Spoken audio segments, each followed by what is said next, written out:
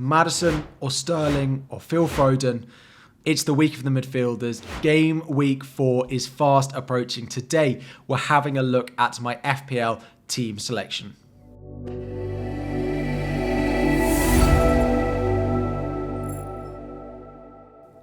What is up, everyone? FPL Harry here, and today we are having a look at my team selection for game week 4. There are 2 free transfers to use this week, and I've already used one of them. We'll get onto that, but I am planning on using the second one as well, so stick around to see what I'm going to do. Before we dive in, we're going to try and hit 2,000 likes on the video. Let's see if we can get there. Subscribe if you are new around here as well. Before we dive in, a very quick review of how I got on in game week 3. So I got 56 points, which actually was the same as last week, and I got a game week rank of 1.3 million, which was actually the same as last week. So you can basically copy and paste the intro from last week into this one, apart from a few of the players scored a little bit of different in terms of their points. It gave me a green arrow from 475k up to 225k. So pretty happy. Another green arrow, cannot complain with that. It could have been even better though. I did leave Udogie's 12 points first on my bench. Did decide to play Saliba at home to Fulham in that one. And as soon as that Fulham goal went in, I think about 50 seconds into that game, I was like, well,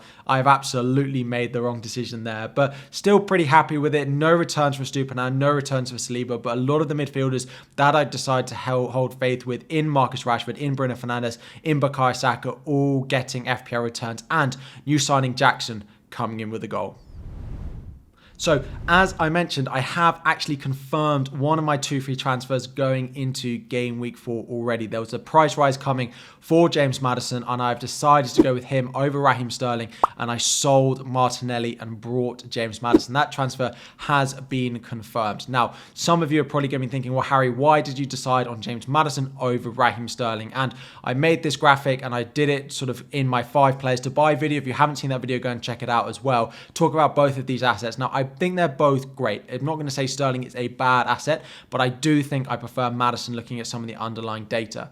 Not only does he obviously outperform Sterling in terms of his underlying assist threat, 0.58 versus 0.19 for Raheem Sterling. Again, expected to get almost 0.6 assists per 90 minutes, Maddison, which is crazy.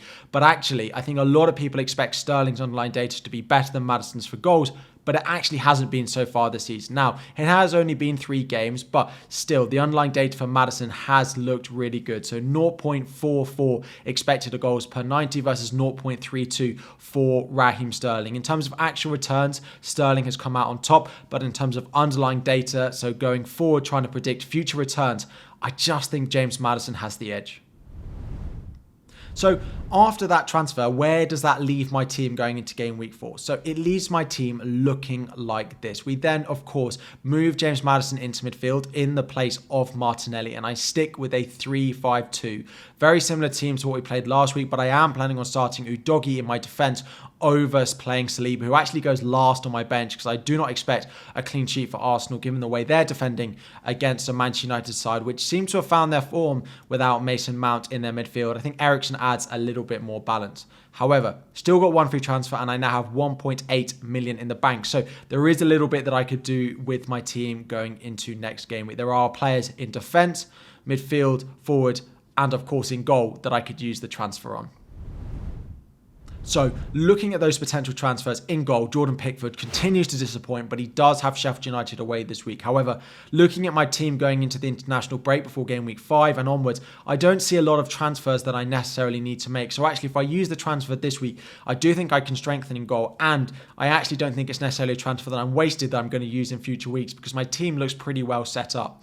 The goalkeepers that I really like, it is Flecken is my number 1 pick. I also like Areola at West Ham, but we don't really need to save the money. If there were lots of premium assets that I wanted to fit in my team, I think I would probably go Areola over Flecken, but I don't really see myself doing a lot with that 0.4 million saving in the bank, given that Areola has risen up to 4.1 million now. So I have been really impressed with Brentford defensively, with Flecken as well. We saw last year David Raya be an incredible goalkeeper for us. He was the highest scoring goalkeeper in FPL, and I think Flecken could very easily do the same thing this year. The fixtures do look really nice over the next 4 as well. They have Bournemouth, Nottingham Forest and Everton in there. The only red fixture they have comes in game week 5, when I'm more than happy to play Turner, who does have Burnley at home then.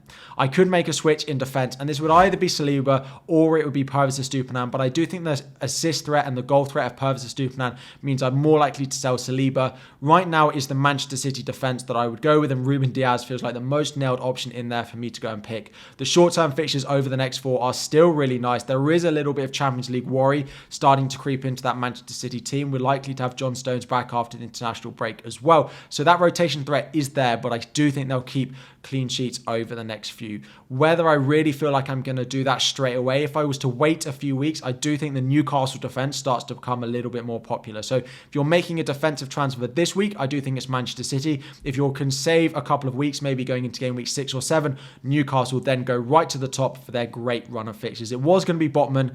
Maybe now it needs to be Trippier, because Botman does look like he's picked up a bit of an injury. But next up is a midfield transfer. And again, I'm not happy with Marcus Rashford. He picked up 2 assists, but the goal threat isn't there. He looks like a player who's low on confidence at the moment. He is playing on that left-hand side for Manchester United at the moment. Going into game week 3, he did that. We expect him to keep his place there in game week 4. We do expect Martial to potentially start again for Manchester United. But at 9 million, I just don't think it's really worth it. And of course, I've bought James Maddison, but that means I don't have Raheem Sterling for that lovely run of fixtures that Chelsea do have. So I could easily use my second free transfer, downgrade Marcus Rashford, and just go and buy Raheem Sterling.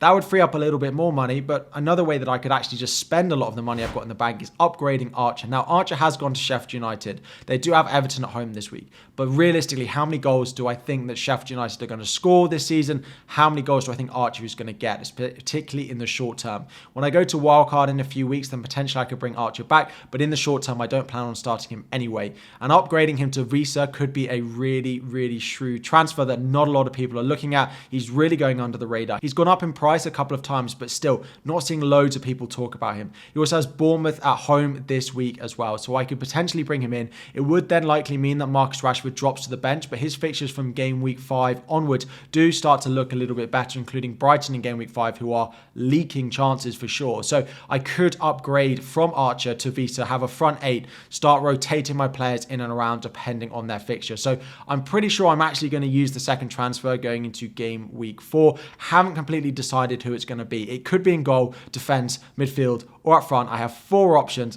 They're all reasonably likely, I think. I'm definitely feeling a second transfer. So to build through my team, I am planning on using that second transfer in goal. I think I'm just going to rip the band-aid off and get rid of Jordan Pickford despite playing against Sheffield United this week. I think Sheffield United will finally start to look a little bit better. They've not actually been that bad. They caused Man City a few problems in game week 3, but I do think finally time to potentially get rid of Jordan Pickford and admit the mistake that I made going into game week 1. Turner on the bench. We, of course, bring in Flecken, I think, with Bournemouth at home in game week 4. Going into defence, that means we start Chilwell, we start Udogie, and we start Pervis Estupiñán. Not massively happy with some of the fixtures in here. Away at Burnley for Udogie is interesting. I'm not loving the away fixture that he's got there. I do think Burnley will probably score in this one, but the attacking threat means hopefully he gets some returns. And Estupiñán the same. Not expecting a clean sheet with the amount of goals that they are leaking at the moment, but hopefully he can get an attacking return in that one. That means moving into my midfield, Marcus Rashford does stay, and he stays in my starting 11 as well. Along with Bruno Fernandes, they go away to Arsenal, whereas I have Bukayo Saka, of course, in the home side of that fixture at home to Manchester United. James Maddison is the transfer that has been confirmed, so Flecken has not been confirmed yet, but I do plan on making that transfer at some point before the game week 4 deadline. Not confirmed, but that is my plan at the moment. Then Mbeumo, he's actually going to get the vice captaincy for me with that Bournemouth at home fixture this week. And then up front, it is still Haaland. He's going to be my captain again, and it is Jackson of Chelsea. So this is my team selection. Maddison in is confirmed. I would say there's about a 60% chance that I buy Flecken in for Pickford going into this week, but I do plan on making a second transfer. Still completely deciding on what that second move is going to be, though. Let me know what you think about this team. Is it finally time to get rid of Jordan Pickford? Would you be doing something else with your team going into game week 4 if your lineup looked like this? Drop it all in the comment section down below. Most importantly, let me know what you got in game week 3 as well. What were your overall points? Put it in the comment section down below. Thank you all so much for watching. If you haven't already, 2,000 likes is the aim of this video. Subscribe if you are new around here as well. Thank you all for watching, and I'll be back again very soon.